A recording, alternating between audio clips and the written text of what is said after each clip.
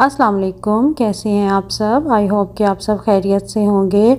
तो जी आज यहाँ पे मैं बन गई हूँ माली, क्योंकि यहाँ पे सारे काम खुद ही अपने हाथ से करने पड़ते हैं।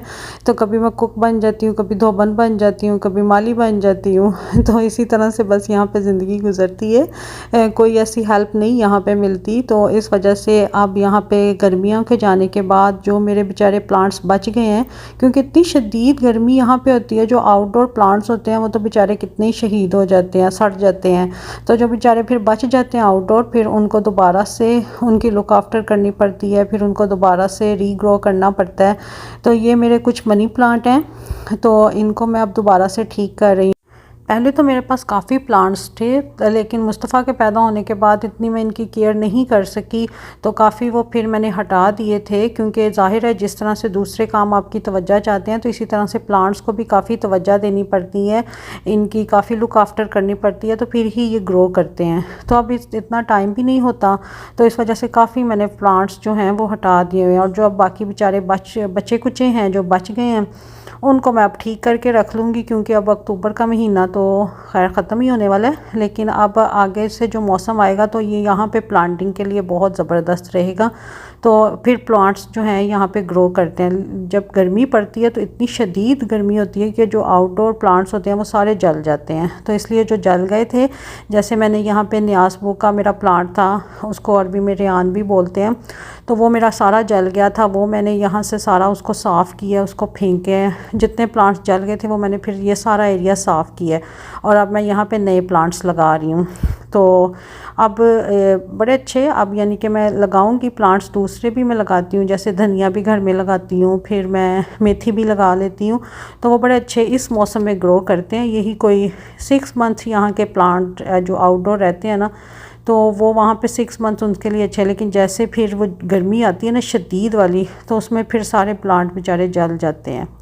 तो जी बस अब इसी तरह से मैं अब इसको दोबारा से सारी वो नए सिरे से प्लांट्स अब उगा रही हूँ। तो अब देखें, अल्लाह करे अब ये ठीक रहें, तो फिर इंशाल्लाह ताला ये ग्रो कर जाएंगे आहिस्ता आहिस्ता।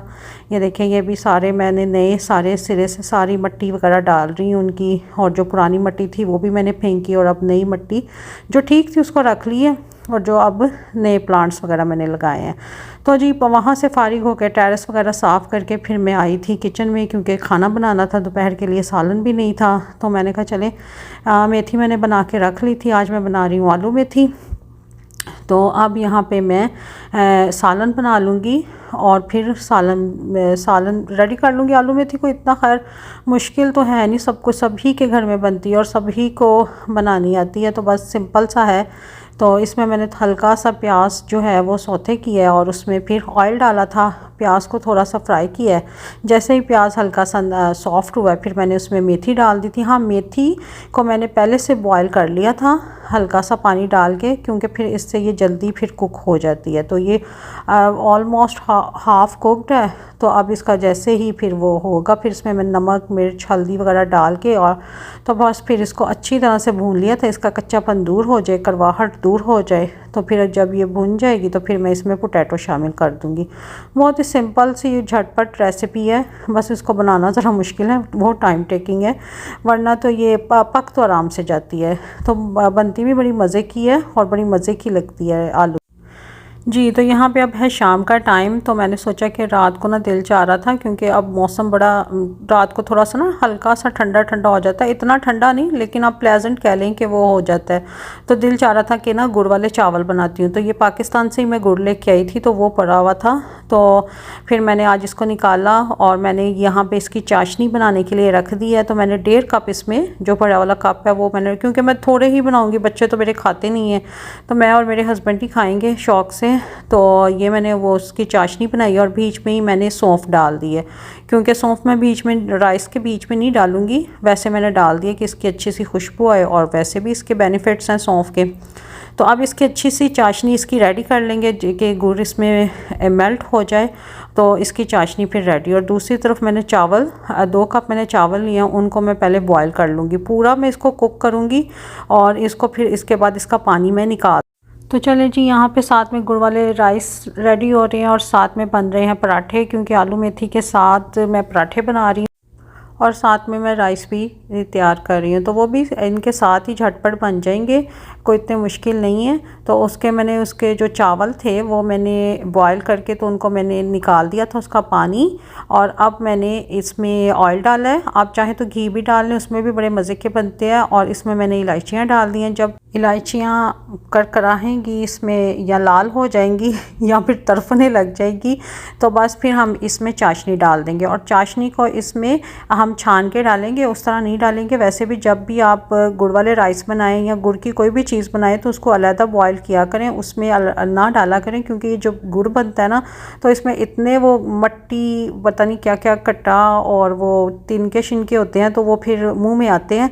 तो इसलिए हमेशा गुड़ को अलहदा से बॉईल करके उसको छान के तो फिर उसको किसी चीज़ में डाला करें। डायरेक्ट इसका जो चाशनी है वो मत डाला करें। तो मैं भी इसी तरह से ही करती हूँ।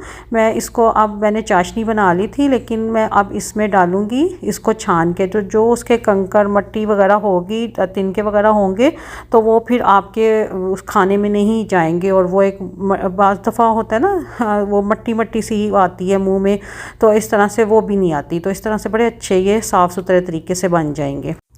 तो ये देखें, अब मैं इसको चाय वाली पौनी से या स्ट्रेनर से मैं इसको छान रही हूँ।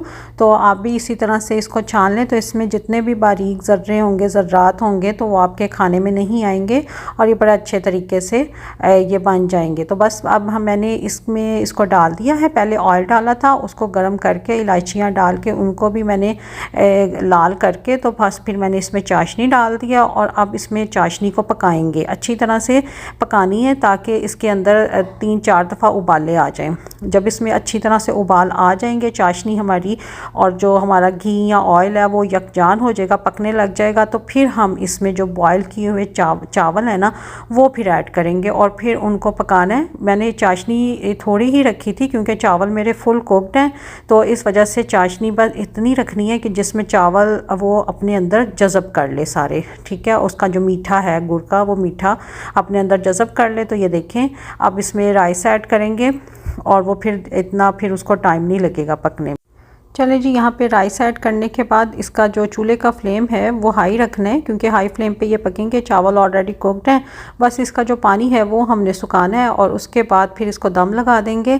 हाँ, लेकिन दम लगाने से पहले इसमें जो आपने नट्स डालने हैं, जो भी आप लाइक करते हैं वो डाल दें। जैसे मैंने आलमंड्स डाले थे और थोड़ा सा मेरे पास खोया पड़ा हुआ था, तो मैंने वो भी डाल दिया था। तो वो उसके बाद फिर मैंने इसको दम दे दिया था और अच्छी तरह से मैंने दम दिया था, क्योंकि वो नीचे जो वो क्या कहते हैं उसको, क्या कहते हैं, मुझे तो नाम भी भूल जाते हैं, वो जो नीचे से चावल लग जाते हैं ना, तो वो फिर आता है, तो वो मुझे बड़ा मज़े का लगता है। तो वो मैं बार बार आके देख रही थी कि नीचे से थोड़े से लगे हैं कि नहीं, क्योंकि मैं वो ज़्यादा शौक से खाती हूँ, थोड़े से लगे हुए नीचे से चावल, वो बड़े मज़े के क्रिस्पी क्रिस्पी से लगते हैं।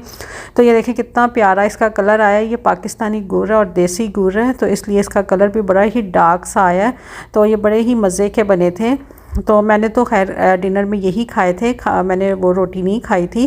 तो इनके ऊपर अगर आप दूध की मलाई या फिर क्रीम वगैरह डाल के खाएं ना, तो इसका जो मज़ा है ना वो दुबाला हो जाता है। तो मैं तो शुरू से ही मैं जब चावल बनते हैं तो मैं क्रीम या फिर मलाई जो दूध की होती है वो मैं डाल के खाती हूँ, तो मुझे तभी मज़ा आता है। तो यहाँ पे मैं अपना गुड़ वाले राइस इंजॉय कर रही हूँ और ये बहुत मज़े के बने थे। और इसका कलर आप कहेंगे बहुत डार्क है, कलर इसलिए डार्क है क्योंकि ये जो गुड़ है ना, ये देसी गुड़ है, इसमें कोई मिलावट नहीं है, कोई सोडा नहीं डाला। सोडा डाल के थोड़ा सा गुड़ का कलर लाइट कर देते हैं, लेकिन ये उसके बगैर है मिलावट के, तो इस वजह से इसका कलर बड़ा अच्छा है, लेकिन अच्छा कलर लग रहा था।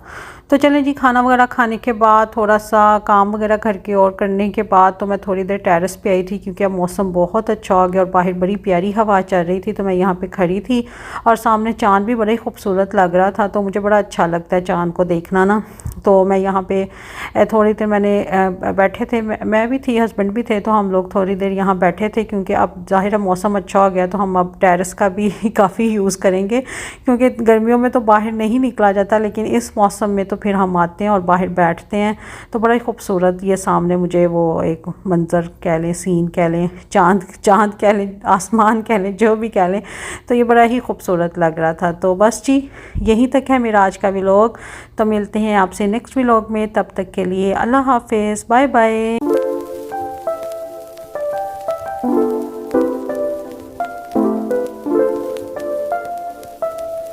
है।